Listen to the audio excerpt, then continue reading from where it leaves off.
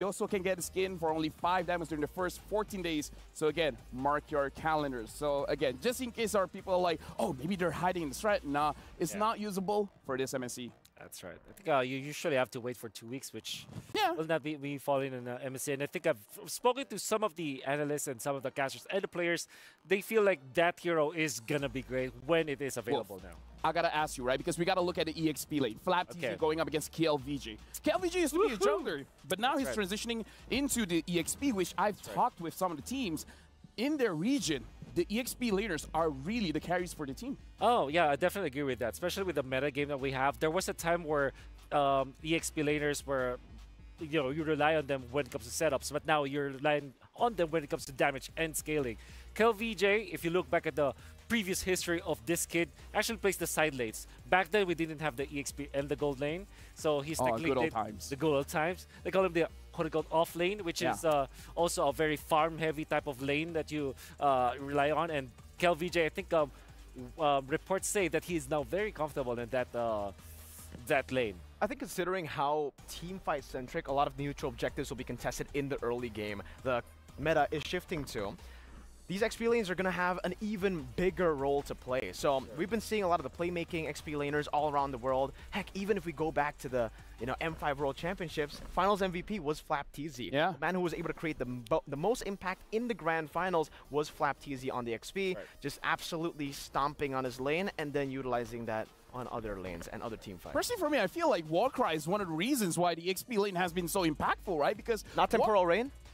Dude, it's Warcry. Warcry all the way, because again, that extra 8% of damage makes you dominate your lane. And we know the simple rule about the EXP lane, if you're 2 levels ahead, you win the game, buddy.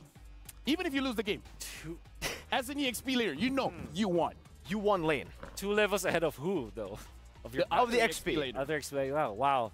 I haven't seen any of that happen. If that happens... Oh, that happens so many times to me. Okay. And that's why I'm now just a roamer. So you were an XP before. You weren't able to abuse the wild card or the Warcry? I would appreciate if you don't bring up my pass on live television. You know what? It's fine, LaFell. We won't talk about your Warcry pass, all right? Let's talk about the XP lane, because again... I just cry. It's okay. That's why it's called the Warcry, right? You slash off the war, he doesn't get the war. You know what? It's okay, LaFell. Thank you. Now you can use the Temporal Rain or maybe the Warcry in a roam. Can you let Wolf talk? Maybe. Yeah. You want to talk? What do you want me to talk about? The Warcry and the XP. Warcry and the XP. I don't know why you thought about that. And jungle. Yeah, you know, I've done a lot of interesting tests about Warcry. Unfortunately, I think it only fits with some of the marksmen, attack speed-based marksmen. I think it's applicable to some of the damage type or slash assassin type of junglers, right? Sometimes we say that jungler assassin is the thing.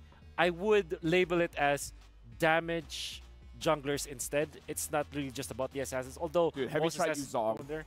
Yuzong in the jungle? No, Yuzong Warcry. Yuzong Warcry? It's an XP lane. It's amazing. Like, you know the Shah residue, the pool? Yeah. That gets 8% as well. Yeah, that's right. If you I am right. Do you land it properly, though? Dude, this is right. I can play Yuzong roam, and it will not work out, but it will feel good. It's okay as long as you feel good. Yeah.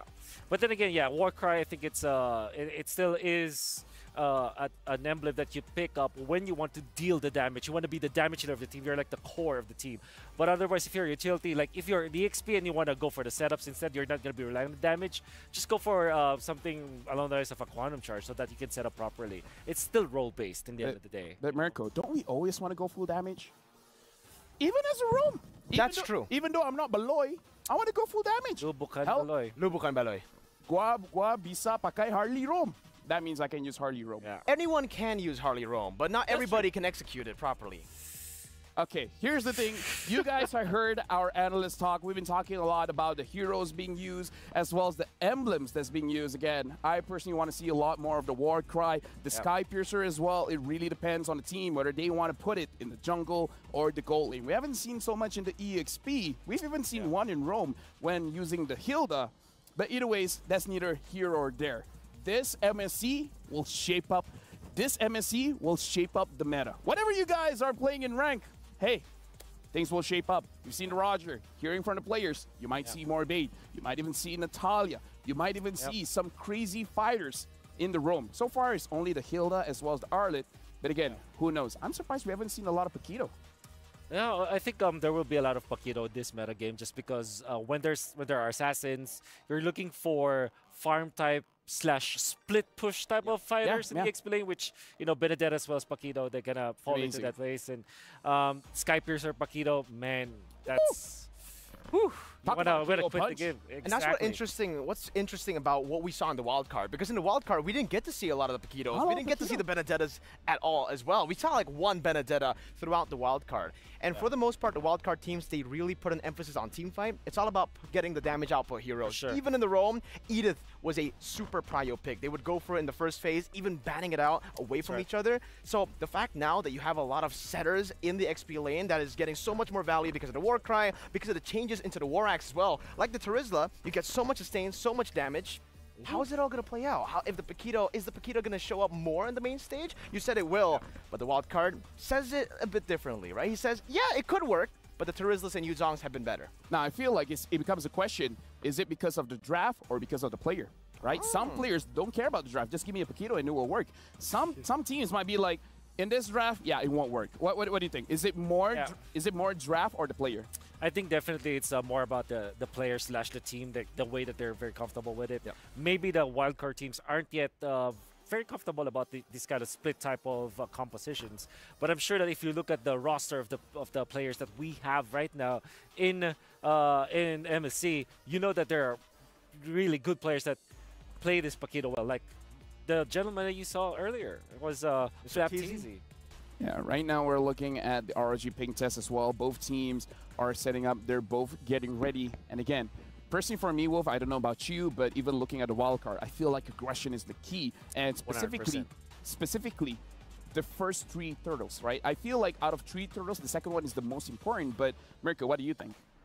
I think at this point, every single turtle is going to be very, very important. We've seen that a lot of teams in the early game, even with a 2,000 gold lead, it looks like they're dominating. It feels like 6,000. Exactly. The gold lead that you have in the early game, almost gets amplified because of how much team fighting is prio now, right? Because, again, you get the first 2 turtles, and you are able to dictate the pace of the game instantly. You can invade the jungle. You can force some of these team fights away from their even turrets, sometimes diving in their turrets with just a 2,000 gold lead. Now, maybe you can go and deep dive into this, Wolf. Why are we seeing the gold lead in the early game be amplified in the way that we're seeing? Yeah, I think it's mainly because of the changes with the Lord, which I'm going to be talking about later. But for now, it's the Sky Piercer. I think that really allowed for teams to really dive. That's the stacks, the automatic execution, and the fact that it's very cheap. It's very affordable. Yeah, it's easy to man. Just get it, team fight, and then snowball off of that. Now you can dive, and it's very rewarding to go for snowball type of compositions nowadays. Now, if you're looking at about why aggression is rewarded heavily in this patch, it's mainly because of the Lord dance as well. I don't know if you've tried dancing with the Lord right now. Oh, it's we've so difficult, dude. It's like we dance with the Lord, we die. Exactly. It's not a dance anymore. Yeah, exactly. So it's a totally different dance that we're doing, and you definitely cannot face the Lord now, even if you're a tilted jungler. Basically, yeah. We dance and then we break down and we cry. Yeah, you get your bones broken. But I mean, technically, for teams like Falcons APBren, we've been known, I mean, in the M5 World Championships as well, how they were always able to get the advantage was through the macro game, right? They wanted to go for these forced errors across the map, utilizing their macro advantage, and then ultimately using the Lord Dance to get the better team fight. Now, what does that put, like, where does that put Falcons APBren? Are they going to like the change of having no Lord Dances or having a very different type of Lord Dance? Go Unga Bunga. Don't think about it, just do it. Is that what Trevor does? I think so. I feel like, personally for me, apologize instead of asking for permission. Do first, think later. Don't try that at home. Don't try that. But what I want to say is that if you look at M5 and MPL PH Season 12, the trait that well, they were called APBren back then, but the trait that Falcons APBren had was they were very aggressive. They are so early game centric. Although they fail in the late game, they still are very successful in many games because they end the game fast. I think that will be rewarding right now, especially because they can flex their jungler and their mid laner. For example, let's talk about the Julian. And you're going to see the Julian get picked up a lot when there are Filipino teams, because we know that the Filipino junglers and the position for mages or mid laners can substitute between assassins. Like Julian, for example, can play it in jungle, can play it in the mid lane. Yeah, so you can expect that even a Hellcurt in the mid lane is viable nowadays. So that will happen. And we got to talk about XYG as well. One of the key players is definitely Lung, an amazing gold laner. But again, going up against other teams here in MSC, where they're really looking at the early game as well as the mid game power spike, I feel like if they secure Lung's hero early, he's got to be very careful. If he takes something that scales a little bit too long, the entire draft has to revolve around him, Mirko. That's what I'm actually, kind of worried about for both these teams, because even for Falcons APBren, this is the same kind of concern that I have for Super Marco.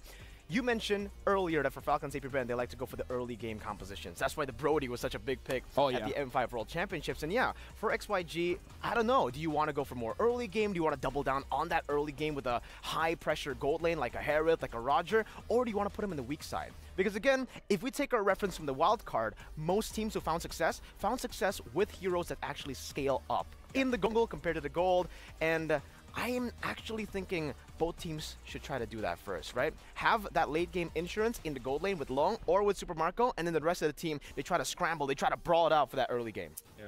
And the thing is, when we were talking about scaling, some of the early game here, some of the heroes that are good in the early game can also be scaling. It's just that in the mid game, they're really, really bad. Like, I'm talking about assassins here. For example, in the first 2 minutes of the game, Hayabusa and Ling, very strong. Roger as well, in the jungle. Oh, yeah. If you use them, you snowball off of it. But come to mid game, when everything is, when you need it to farm up, when the enemy roamers have their first item up, it kind of feels like you cannot kill anyone anymore. You need more items. So it's like, you have to solve the mid game now. You have good scaling because you're a jungler, assassin jungler, and you have your gold laner. But in the mid game, you have to kind of find out where you have to be farming. Do you contest the turtle against a utility jungler? Do you give up the first lord just to secure your buffs or something like that? So yes, scaling is rewarded in the patch right now, but I think it's more about like how do you solve the mid game problem where you need to farm. I know I'm just a host here, but if I can put my 2 cents here, I feel like quite a few assassins that have a strong power spike when they get 2 kills before 4 minutes, I feel that they look pretty good because we've seen a Hayabusa, the changes that the Hayabusa has, makes it so that his farming speed is the same pace as a Nolan. And if you can farm the same speed as a Nolan, that's insane. I've seen Hayabusa go first item, Sky Piercer, and that kind of solves his problem, right? Even if he doesn't have enough damage, as long as the mid laner, say something like a Pharym, is able to deal splash damage, get everybody under the 4% threshold, and then getting a triple kill on the first or second turtle just skyrockets the Hayabusa's damage. Of course, so far in terms of meta assassin picks, we've only seen the Ling, we've seen the Hayabusa. Other than that, we haven't seen anything else. The Nolan, I guess, right? Yeah, the Nolan, but we haven't really been seeing Lancelot even. Despite the war exchanges, a lot of people have been actually trying out the Lancelot, trying to make it work, but yeah, hasn't actually worked out. Yeah, for sure. But I think you're going to see Lancelot in this tournament, one way or another. There you go. Julian is going to be one of the choices as well. That's Is it super prio? You're throwing out Julian a whole lot right now. Because, I mean, it's flex, and you're saying it's really, really good. I mean, like roles. Okay, sorry to interject, but I feel like one of the heroes that can fight the Ling pretty well is the Julian. Exactly. So that's that's your Ling counter, definitely. When it comes to like farming speed, as well as when it comes to like a 1v1, Julian will actually win it against the Ling. It's like is it a pure counter or is it a skill matchup? Skill matchup for sure. Yeah, you know where basically you know where the Ling lands, right? Because once you use his Tempest of Blaze, you have 1 out of 4 chance. You know which area he's gonna land, and then you just throw your enhanced chain. Yeah. Here's the thing, right? The first combo that you do for the Ling, you force the ultimate, right? And then you kind of him by dashing or using your retribution, and then after a few seconds, after 7 seconds, you have another combo again. The Ling is now in trouble. Ling has to fly away, which means that if the Ling is flying away from the fight, means that he will not be able to deal the damage anymore because he's just out of there. So that's how the Julian counters the Ling. Speaking of a lot of the counters, again, I want to bring it back to the wild card because we saw a whole lot of winning matchups in the gold lane, LaFell, that just wasn't used as a winning matchup, right? Roger versus Moskov. We saw Harith versus Moskov as well. Yep. And some of these lanes just didn't go the way that we were thinking it would go. Yep. And I think for this particular matchup, that's something we need to talk about because if Super Marco gets a big pick in the gold lane, say he gets a Brody or Roger, that early game, very snowbally, very bully type of laner, you're going to expect that lane to get steamrolling. Maybe the whole Falcons APBren, they might be playing towards Super Marco if he gets an early lead. Exactly. I feel like during the wildcard, it really is about missed timings, because I feel like now the turtle is much more important, so you want to gank the EXP lane, perhaps in the patches before. You see maybe some help coming into the gold lane, so perhaps they're adjusting to it. Yeah. But what do you think, Wolf? Yeah, to be fair, I think we have to really look back at the root cause of why the wildcard looks really funky when it comes to like whatever is happening, where we have our expectations and different things happen. It's because the patch was very new that time. Very new. I think we have to give credit to all of the teams that played the wildcard. It's difficult to play in that kind of scenario where the patches were best of ones, patches dropped. You're not prepared. Sometimes you know that you're very strong coming into the tournament, then come a new patch, you're not strong anymore. I think that's probably the root cause of why we're looking at the games in the wildcard and we get surprised so much. Like there was an Alice Angela. It was KBG. Exactly. They lost after like dominating. It's like it's very unpredictable because if it was a new patch. Yeah, and again, I feel like very interestingly, because the winners of the group stage, Homeboys, in terms of the bans as well, something we got to talk about is the bans, where they ban out something that not other teams ban out. They ban out the Faramis, right? So it kind of shows, according to their data, the Faramis is definitely a big factor. And I feel like it should be a big factor because the Faramis is pretty strong when it comes to the turtle fights. And then late game, once the Faramis has 3 items, and we got to talk about how the glowing one change just made Faramis much stronger in the late game. No matter how strong your marksman skills, a 3-item Faramis can burst out most marksmen. That's true, and Faramis is a problem when you're from a drafter's perspective, because let's just say you let it go, right? And then because the enemy has the Faramis, you are always thinking about, should I get an assassin? Because getting an assassin when the Faramis is up means that you don't have your efficacy is just reduced so much, and then you also have to counter it with a good laner or a Valentina. Yeah. Right? And then you also have to answer it with the next lane choice of Lapu Lapu, get the Edith. It just poses so much problems that you'd rather just ban it out and just be free with your draft. I think that could be said about Roger as well, doesn't it? I mean, for Faramis, you can technically dictate the drafts. You can try to force out that Valentina, the Lapu Lapu, some big AoE abilities to get rid of the Netherrealm, or to just, face off against the Netherrealm. Roger, we've seen a bit of the same in the wildcard too. When the Roger gets picked up, you either get slain by him, T2K were able to utilize it so many times, getting Maniacs left and right, or you go for a Mincetar. You go for a big pick that can counter the Roger, that can counter that dive composition. Even the Odette we saw. Yeah. That was what we were talking about earlier. So does the Roger fall under that category as well? Will it be super prio here, just like the Faramis? Definitely. I think Roger's a valid first pick because you don't really give up any of your composition. Roger can be played in jungle as well as the gold lane. And the thing is, if you're going to be looking at the heroes that can actually outlane the Roger, there's just a very few of them. There's an argument that Harith wins over the Roger, but that's also a skill issue. Moscow versus Roger, also a skill issue, Agreed. So, skills matchup, not a skill issue. But yeah, that's the thing with Roger. It's prio because it fits in almost any kind of lineup. It can be a jungler and it can be a gold laner. And if you theoretically lose the matchup, you can just call your roamer and then everything's good afterwards. Yeah, besides that, I would say Roger has one of the cheaper build paths where I've seen multiple games where the Roger has 3 items. The opposing side only has 1. I mean, sure, getting more kills make it so that you have more gold, but still, it's very insane when 3 items is equivalent to, say, a 2-item build on a different carry. But we got to talk about KillVJ as well. Despite being so new to the team, he has to learn some simple Chinese words, and we gotta understand that moving to a different team, understanding their cultures, it's a lot of things to catch up on, right? And I feel like it's not just him, but the entire team has to adjust to him as well. That's right. Some of these imports definitely make it look so easy. Oh, They just import, they just go to a different country, and it just feels like they are part of that country already. Yeah, definitely, man. We saw that from we saw that from Kyrie, and now we're seeing that from KillVJ. And like you said, the interesting thing about this team composition, the lineup, is the fact that the team also needs to try to communicate together with KillVJ. And it seems they've been able to do that very, very quick, all the way from the start of the Chinese qualifiers. They were just doing really, really good. They had the grasp on the meta.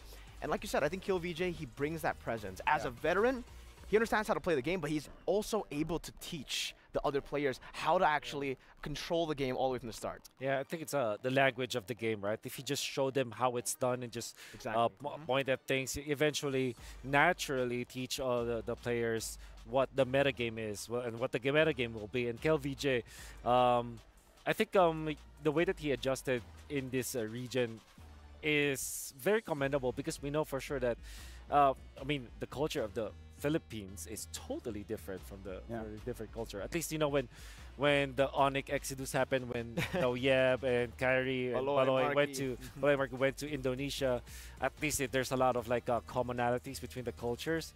So it's easily understandable how they adapted so quickly. But KLVJ and the speed of his adaptability, it's top notch. Speaking of adaptability, we got to talk about XianYou as well. He used to play gold, and now he's a roam, and he's happy with it because the coach is like, you know, as good as you are on the gold, but dude, roam is where it's at. You know what? I can actually kind of relate to this, right? Because I'm a gold laner, and I've actually been playing a whole lot of roam. And as a gold laner, you kind of have that understanding of what the gold laner needs. You kind of peel for him in the team fights as well. Sometimes people who actually go and transition from other roles, they're like, yeah, I just want to go in, right? An XP lane to a roam, he's like, I want to go in, just like LaFell right here. That's what he does. He leaves me in the lane alone. I die a couple of times. You can say skill issue, Wolf, but you know, I would just say team issue. I know, roamer diff, but no, I'm not talking to you. I'm talking about you. Anyways, when you go from a gold lane to the roamer, you're more of that, you know? You're cool. You understand what the gold lane needs. I mean, it really depends. What if the roamer really doesn't like the gold laner? Maybe that's part of the reason why he never ganks that lane. Is it because the gold laner never wants to speak to that roamer? It could be, even though they speak roughly the same language, but they're like, maybe because... Fun fact, Baloyski used to play a lot of marksman. Like, see? With the gold lane. Technically, it was the gold lane, but it wasn't called the gold lane before. But yeah, Baloyski was a Claude main before. Yeah, and now we're jumping straight to the draft where Falcon APBren will be on the first pick. XYG will be the second pick. Now, this is going to be interesting, gentlemen. We got to see what are the prio bans here coming up where, again, first pick, Falcon APBren. We've seen a lot of Louis picks. Rogers even. Rogers, Chip. Angelas, Chip. We got to see what they decide to do. Ooh, look at this, by the way. Amazing stage. But, Wolf, I definitely got to be asking you right now. First pick and second pick. We've been seeing a whole lot of difference from our MPL ID leagues as well. In the regular season, blue side has been finding so much more success. But then in the playoffs, it starts off as blue side centric, but then it ends up being a red side dominance. Yeah, I would say that it's... With the heroes that we have right now, especially with, you know, the rise of Ling and whatnot, maybe teams will prioritize the blue side. You can really swing everything come the last two picks. For example, you go for flex picks and then finalize your draft in the last two picks. It's easier to kind of control the draft from that standpoint. However, there are so many teams in MSC that actually favor the red side. For example, Fnatic Onyx, we know that Coach Eb is there. Coach Eb loves the red side pick because of the second pick. So, yep. That's actually a fun fact because, you know, they love the red side so much that even their opponents always take red side away from them, even though blue side has been finding way more success. Yeah, exactly. I feel like it is one of those things where people, I actually do agree. I feel like first pick is overall better where you can dictate the draft, but some teams just want to get a combo piece where I feel like it really is about testing each other. For example, if you know the opposing side can use the Ling Angela combo well, you may first pick the Angela just to break that combo. Exactly. So that makes the blue side or the first pick much stronger, but also makes the second pick or the red side very compelling. It's like we can get our combo piece immediately. It's chess. It's basically a chess game, right? When we get into the drafts right now, especially considering now that we do get to see some of the bans already. Is that a first pick or is that a ban, right? That's the question. It does feel like it's a pick right now. It has been shown. We also have Louis. Two picks. Okay. XYG. So first pick Louis. Moskov and Edith. Yep. Really like the combo picks. However, this is still Louis, a very strong pick. And what you come up with the Moskov and the Edith is that you also flex this Edith. Now the Roger is going to come up. Probably a utility, another XP laner at this point. Teresa is open, usually comboed up with this kind of composition, as well as Arlet. However, we don't know the ban, so we can only guess here. I think if Arlet and/or Teresa is available, gonna be picked up in the third slot here from Bren. Very interesting that Roger was picked up, but picked up after the third pick here. And it looks like it is going to be Thursday. the Turizla coming in from Falcons APBren. Looking at the bans here, it is going to be the Angela Vixana as well as Minotaur for Falcon APBren, and for XYG, it's going to be the Arlet Ling as well as Chip. You get the mid laner, maybe a Novaria, because there's the presence of the Louis. Good combo with the Moskov as well, the Moskovaria combo. And the Vexana is going to be the game changer, however, which I feel like is not the best option, especially going up against like a Roger. Imagine they can jump to the Vexana and the Louis could go to the backlines. Vex is exposed here. Good cover from all three of the heroes that we see from XYG. Technically for Moskov, self-peel with the Spear of Misery. We also have that Edith with the CC lockdown. And I think right now, if we take a look at XYG, it's all about team fighting and forcing their opponents to stay in that team fight. They have so much lockdown, so much CC, and technically even so much burst and even sustain damage. They have everything when it comes to the skirmishes. Meanwhile, for Falcons APBren, they really have to find creative angles with the Lo Yi. And this is something that I want to bring up, the Lo Yi. We saw the nerf onto the Lo Yi, the diversion. You're not able to find those creative angles as you used to. Before, you could just feint a lot of times, you know, you abuse that crazy cooldown on the diversion. Now you're a bit safer, and we've seen a lot of teams struggle with this because once you use it and you don't find the value out of it, it's so easy for you to counter. Yeah, no more diversion, punish. That's my initial thought about the Louis, the nerfs, and I definitely agree with you that that will be a big hit because it was a very long cooldown. But then we start to see teams now still utilize it, and it kind of felt like, okay, yeah, sure, the cooldowns are longer, but in a team that's smart and the team that really knows the game of Mobile Legends from you know, from every single detail, they know how to use this Louis, and I think it's still a threat. The top teams that they expect, you have to still ban out the Louis. This is a very strong pickup, and I'm scared that XYG might not be prepared for it. Maybe they'll pick up the Yu Zhong along the way. It's one of those counters which also KalVJ wants to pick when you're going up against Louis. Look at those assassin bans. Yep. Fanny Hayabusa to round up the drafts for the red side. XYG, they really want to try to force the Roger in the jungle, I'm guessing, or force a utility jungler? Yeah. They want to force the utility jungler because they have a Vexana.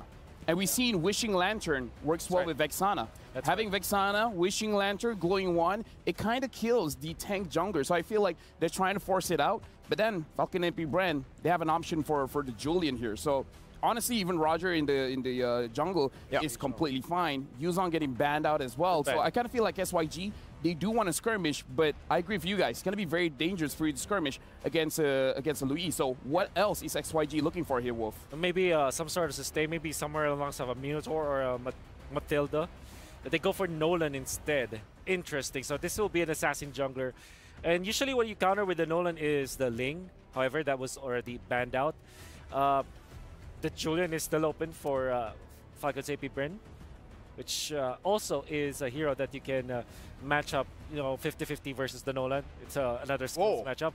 And the Tigreal, this is an FCAP signature that they use against assassin junglers because they know that they can just invade constantly with that. I think this could also be a lot of value that Falcons APBren get because it technically forces the Moskov on a Purify or a Flicker, depending on how you want to play it. But we've been talking a whole lot about the Moskov, Lafel. You know how the Moskov has been able to utilize that Inspire for the most part to win out in the lanes. Now with the Tigreal, I think that is crossed it. They basically have denied the Inspire away from the Moskov, and they pick up another damage dealer. You're right, the Julian was coming up. Yeah. And what do we expect the Julian to do here? Yeah, it's going to be the jungler for sure. It's a skills matchup versus the Nolan, so it's going to be dominated at the early game. XYG, I think it's better if they go sustain like Minotaur and Matilda. Minotaur banned. Minotaur's already banned, so that's a problem. What else are you looking for? Maybe do you want to go for a bit more tanky? Or Florin perhaps. But yeah, a frontliner here for sure. Or maybe they just swing it out, like get a Barrett's actually. Put that in the XP lane, put the Edith in the roam. Barrett's kind of provides you that front line. Maybe a Thams as well, so that they at least have that front line that can allow for the Moskov to just freely hit. Some sort of peel. X-Bar kind of falls in that scenario as well. So that's a really good pickup as well. Thank you very much, gentlemen, for the analysis all across the draft. But now, we're throwing it back to our casters to start our first game of the day. Thanks to the handsome Lafel, Mirko, and Wolf. Over at the desk, it's us, Gideon and Leo, bringing you the very first match of the group stage here at MSC 2024 at EWC. How do you feel about the draft that Falcons APBren and XianYou Gaming have brought out? You said that really well, by the way. I just got to compliment you on that. But first, FCAP, they've got such a sexy composition, man. There's so much synergy in between the heroes themselves, and also Ogwen on the... Honestly, Tigreal so early on, I'm rather surprised to see this. But XYG's composition, hopefully they're going to be able to pull back. The Edith, I'm not 100% sure if she's going to be the target punishment for FCAP, but maybe, hopefully, we're going to see something happen in the side lanes. Here we go into the newly minted Land of Dawn for the very first matchup. And now, for all the points, trying to make it through the knockouts. Let's see how far XianYou Gaming can take it against the defending world champions. Again, one of the main properties of this draft that Falcons APBren have brought in is just how deep they can go, how hard they can bring the CC over to XYG. How can this rather soft lineup go against that, Gideon? I'm worried. I'm worried about Long. I mean, I'm worried about Long as well, but luckily he's taken the Purify, and in these types of situations, he's just got to live this laning phase against Super Marco, right? I mean, if he can win the lane against Super Marco, that's an even bigger statement, to be honest with you. And again, there's a chip on Falcons APBren's shoulders. They lost in the grand finals 0-4 against Liquid Echo, who's also playing this very same tournament, so they got to show up. They got to show up strong. Ogwen living here in the jungle. Again, this is one of the things that was alluded to, right, in the draft. Like, they can live inside Zed's jungle all they want. Oh, speaking of which, the first invasion coming in here from Kyle. Hopefully he's going to be able to get something off of it, but no, still dead even. XYG going to be in a pretty good position. Oh, the UI for the in-game equipment looks real nice as well. And at least it gives us an idea of what we should be expecting here. At the very least, both sides are going to be able to have Concealed open. And honestly, I think we didn't get to talk too much about Conceal as a, you know, one of those roaming blessings. It's really, really useful. And I think even more so in this meta now compared to previously. Yep, currently there are two very set-heavy roamers that need to get in there via the Conceal, and that's going to be important for GodYang and Ogwen to get in there. Something to note as well, emblems.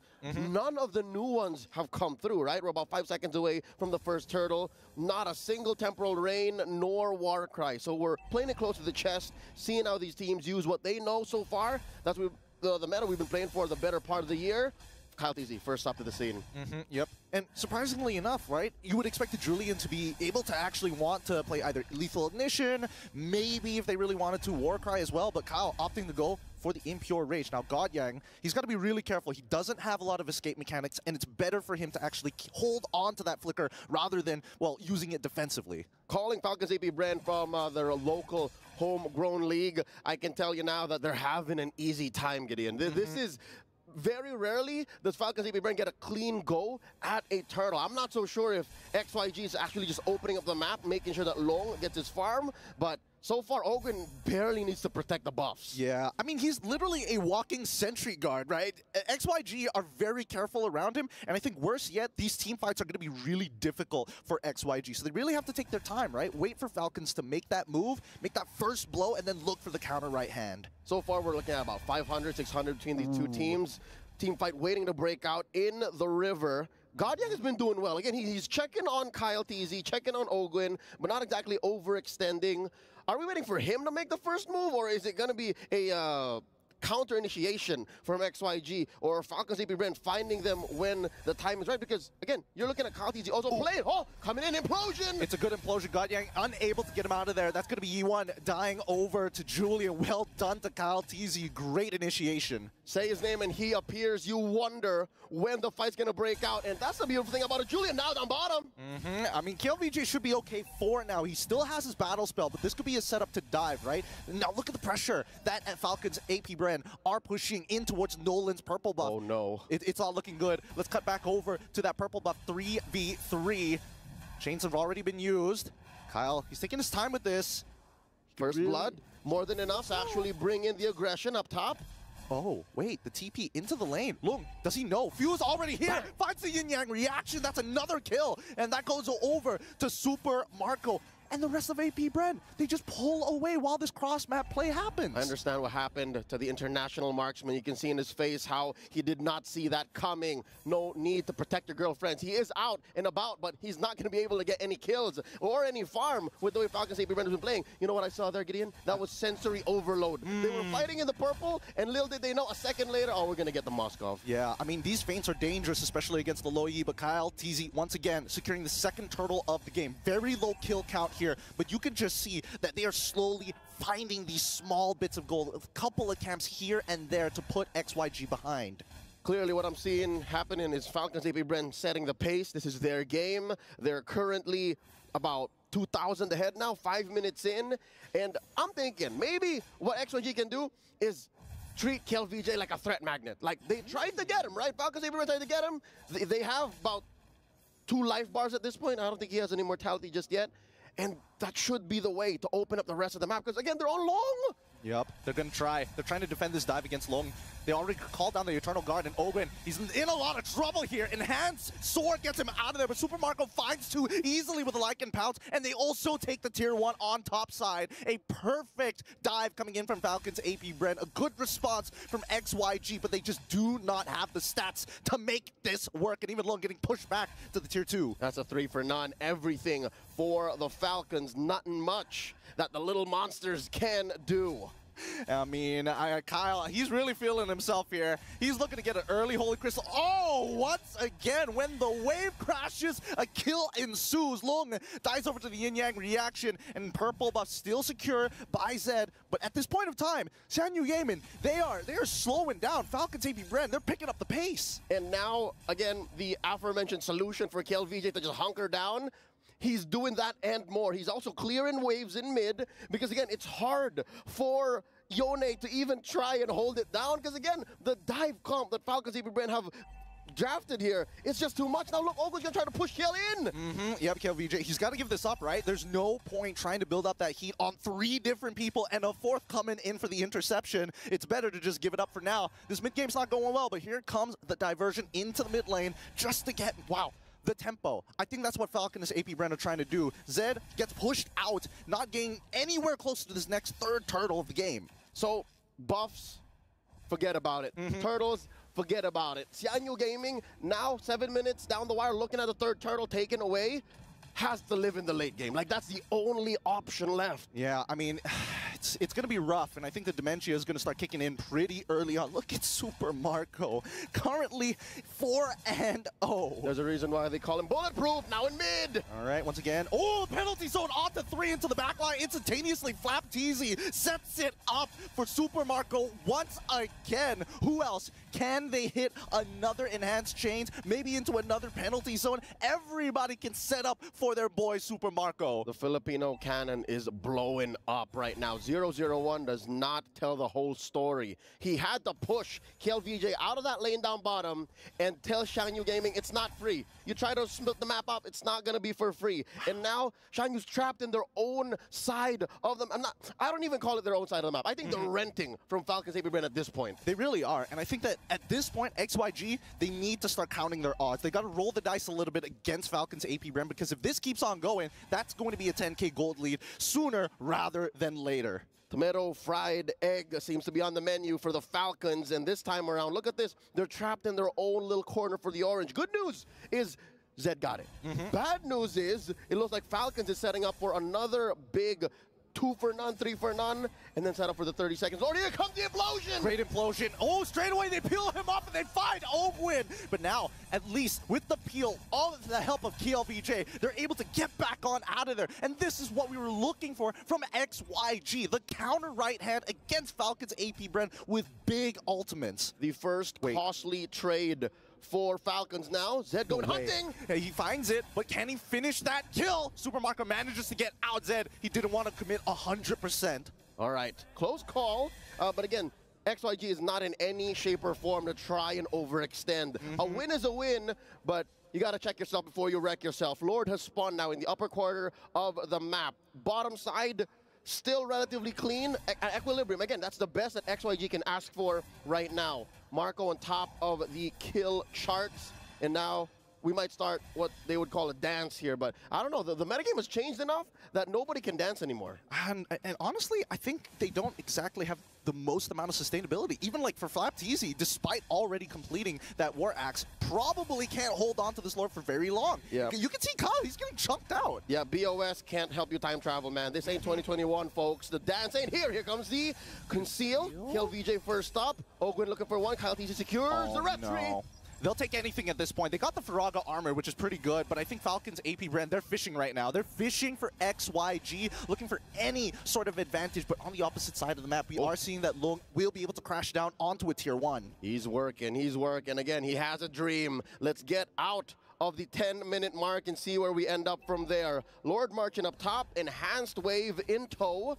Oh, that's Zed caught out in the middle. He's got to go home, got to recall, and now the defense. Oh, look at this. I think all waves are going to crash in at the same time. Yep, they've synced it up really well. Just get rid of the mid 1 first, right? Get rid of that tier 2, and then we start focusing on everything else. Tier 2s are all going to start crashing down. I feel like Falcon and APBren, they might be able to try and contest for one of these inhibitors, but as we saw previously, those ults, they're dangerous. Here we go. The Yin Yang reaction onto Long, he's already chunked out. Firaga armor also gone as well, but with the Eternal Guard, they buy enough space to crack this open. Inhibitor, 50% HP, still alive. Next is the mid wave. Finally, they have to do the sync with top and bottom. Holy Shields already taken down. Top and mid, bottom left for Zed to go in. No, penalty zone. He finds 2. Long is trying to peel them away, knocks them back, and GodYang takes the damage. He doesn't mind. He has the Radiant armor, but Falcons APBren smile as they walk away. A missing inhibitor on First Lord. You couldn't ask for more. Flapteasy is looks maxing. He mewed right into 3, catches 2 with a DPZ, and I'm talking about that deadly penalty zone. And it was more deadly for turrets than it was for heroes. Again, XianYou Gaming not out of it quite yet, but they're still crawling, man. 10K between these two teams right now. Yep, 10K, and even more so, they are... Oh, they're committing war crimes in their jungle, leaving just the small camps, not giving him a full buff as well. They're starving him. It's tough. As a Nolan, you guys know this. We are currently in the age of the Trinity jungler. Sustain, utility, and damage, as said by our panel. But again, when you're in this kind of situation and you're looking at a roster, a lineup that's as fed as Falcons APBren, and it's going to be tough. Man, let's talk about this. An early Queen's Wings. As an EXP later, I'm looking at my boy here, and I'm like, you greedy Terizla Pretty player. Sigma. That's pretty Sigma right there. It's very Sigma, I'm not gonna lie. I mean, if he goes for the brute force breastplate, hey, you know that Falcons APBren are confident to take this away. I mean, considering the engagements, right? It's giving hard dive. And now we're looking for another diversion. It's been quite a while. I'd say 5 or 6 minutes since we last saw a huge rotation that led to a big take for Falcons APBren. But this does mean XYG gets a little bit of time to breathe. But I don't know if that's enough time. No. I'd say they maybe need 5 minutes, min. I think so. Well, even with the 5 minutes, I don't think they'll be able to catch up unless they get like a full team wipe against Falcons APBren. And I think that's the scariest part for XYG, right? A single bad fight for them, that's game over. And here's what's difficult. Having seen, oh, here we go, throwing out the SOD, going home, right? Not going to force it. All right. Watching XYG's qualifiers, watching, oh, here we go! What a diversion, they didn't even see it coming! It's too late! The Eternal Guard comes down, but nothing to guard! Their marksman is already down, GodYang is forced to flicker away, and Super Marco, come on, man, know your limits, stay back, keep him on the leash! Few, let me finish my sentence! But yes, great take by Falcons APBren, shocking even us in the studio. XYG's minimum or average game time is 15 minutes. How do you even expect to go longer? Yup, and that's going to be KLVJ losing all the penalties on a follow it up. They don't want them to go back into the fountain. They're going to start farming them under it as they close out this game. GG, well played. That's 1 point for Falcons APBren. They draw first blood in this 2-week-long competition in a best-of-2 against XYG. What an amazing showing by our defending world champions. Man, it's brutal. I mean, you can definitely tell that the composition from XYG, unfortunately, doesn't give them the aggression that we're looking for other than Nolan, right? We need more factors. It's tough. They spared no quarter against a developing team like XYG. Let's throw it over to our analysts as we check out the highlights.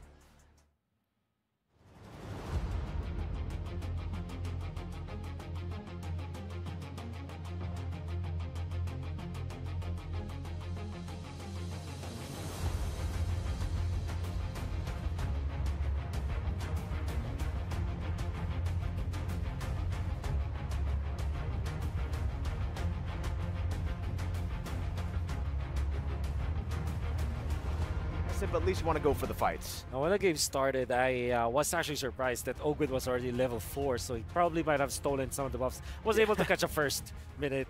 Maybe he was able to steal some of the green buffs, you know. But then, there are so many problems with the Lui that this presented to XYG. That's why I feel like even when the Lui was nerfed against a top-tier team like Falcons APBren that know exactly how MLBB operates, it's very difficult. Like, they even attempted for the play, the cross, like, it's not even a cross map, it's an outside of the map play where you teleport in with the implosion already so that you'll be able to just initiate so quickly. There was a TP play coming up from Few, where he was able to get into that bush up top. I call it the sandwich bush. And they were able to eventually sandwich the Moskov into getting the kill in the early stages. So I think at this point in the metagame, let's not give the Lui to a team like Red. I mean, like, what do you folks think here? Because I feel like in terms of the tempo, XYG was not ready for that tempo because we got to remember one thing that happened during the game is that they got the Lord and then XYG is like, oh, they got the Lord. And then immediately just behind him, APBren just goes in and then they get the kill. So do you think the tempo, XYG was just not ready for it? I think definitely, right? All the way from the draft, it definitely feels like XYG, they had their expectations as well as to how they could actually hold off in the early game, but the execution was a bit off. Again, they went on for the Vexana, the Edith, they needed to go for a little bit of poke at least. So even if the neutral objectives did go in favor of Falcons APBren at the start, they could, you know, try to punish them a bit more, it feels. They were super reactive, too reactive, and because they were reactive, they were I wouldn't even say it was reactive. You know, I would say they were just too passive because like you said, even the pace of that proactiveness coming in from Falcons APBren, usually as a reactive team, you could actually catch on to that. But here, they just waited for the plays to happen, and it happened, and they weren't ready. If you're picking up the Nolan as well as the Moskov in one team, surely you're going to be having a lot of problems you're farming. Yeah. It worked before, but usually it is paired up with a very active duo in the mid lane. So Edith plus the Vexana, although it's very strong when it comes to like performing your circle or your box in a team fight setting and a front or back, it's very strong. But when it comes to making the plays, Edith is slower than most. And you also have the Vexana just sits back very definitely.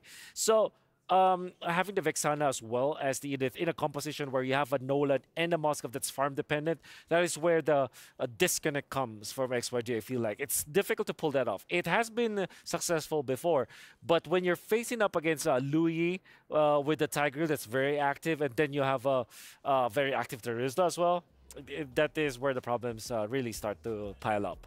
You know what? I feel like we got a lot to say, but right now I want to hear what our reporter has to say. So, Eterna, do you have something for us?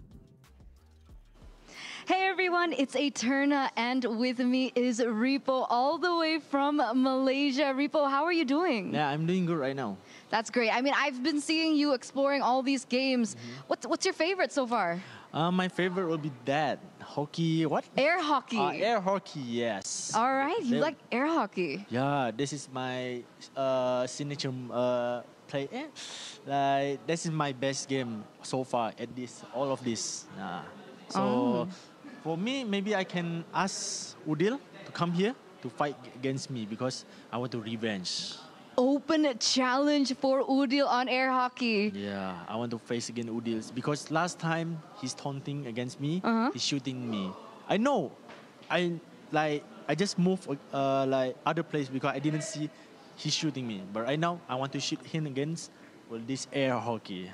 Okay, there you have it, ladies and gentlemen. I bet everyone's excited for that 1v1 Rupo versus Udil for air hockey. I hope we get to see that real soon. But, you know, talking about Udil, it looks like the next team to come up in this next match is going to be SRG, Slangara Giants versus See You Soon. And this is going to be a very crucial match, Repo. How do you feel about this? Do you think SRG can make it? Yeah, I think he will make it. I trust in SRG because he's very strong at Malaysian team right now. So for See You Soon, maybe I can make you change your name. Maybe you just change your name from See You Soon to See You Later at the airport. Oh, already spicy things coming out from Repo, ladies and gentlemen. Is that your final word, final statement today? Yeah, so for my final statement, See You Soon, I think you just better back off. Don't fight against SRG because SRG is not your opponent. I think your opponent is at rank. Okay, it's getting too hot here. Ladies and gentlemen, we're going to send you over back to the studio. Thank you very much to our Eterna as our Aces ROG reporter.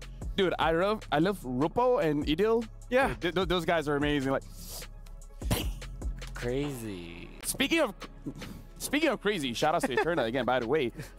We got to go back to the game, but dude, Rupo just said SRG ain't your opponents? Rupo, even though he's not part of the tournament, he's still spicy. But speaking of spicy, any spicy picks that you saw of Mirko in that game? You know what? It's not a spicy pick. I think it's a very boring pick, me personally, right? I've been talking about this for the longest time, but the Terizla, it's cool. You know, you go for initiations, but it feels like with the patch changing, you know, before we had boring stuff in the jungle. We had like all these tanks in the jungle. Now it feels with a change, you get damage dealers, you get a lot of fun in the jungle, but the XP will have to be sacrificed because now with the 2 damage dealers you have in your composition, you need someone in front line, and that's why, man, Flap TZ, props to him because he was the main character for such a long time on the XP lane. You know, you mentioned Paquito, even the new emote coming out, right? Exactly. But now in the Terizla, Brave Smite, when a lot of people go for Impure Rage to deal more damage, to have that mana, because you already have the sustain in the War Axe, he's like, nah, you know what? If you want a front line, I'll go full front line. War Axe rush into the Queen's Wings. Which I love that, by the way. I love that. I love that. Second item, Queen's Wings, perfect. But like, man, it's just so sad for XYG, you know, having to deal with, you already have damage reduction, Queen's Wings, War Axe, and then the Brave Smite. Especially in a composition where you want to eliminate heroes as soon as possible. The Nolan, Yeah. Queen's Wings is a direct counter to the Assassins. That's why I feel like even when we know that Assassins will be rising in the metagame because of the Sky Piercer, there's an immediate answer, the Queen's Wings. I will not be surprised if the game goes very late. Some marksman heroes might even pick that up. Like imagine like a carry with a Queen's Wings or a Moskov with a Queen's Wings, just so that they will not be eliminated easily by their opponents. So yeah, and I do agree that the Terizla conundrum that we have right now, where surely you want your assassins to be picked up in the jungle, but it's true, the sacrifice is the EXP lane, and we saw that from years ago, from seasons ago, like at MPL ID season 12. Remember this was the Onyx play, where if they want to pick up the Ling, for example, they force boots in a utility / sustain XP like Uranus, for example. And now that we have this meta game where the jugglers are assassins, expect the Terizla, the Barretts, the Xborgs in that lane. Yeah, honestly, my dad told me that as well. Like, if you want a spicy pick, you need a boring pick as well. Your dad told you that? Yeah, my dad sat me down. It's like, yo, you know Terizla is a pretty good hero. You want to use the Ling? Pick up the Terizla. Don't let all your picks be boring. Don't let all your picks be crazy. My dad said, never go full crazy. Wow.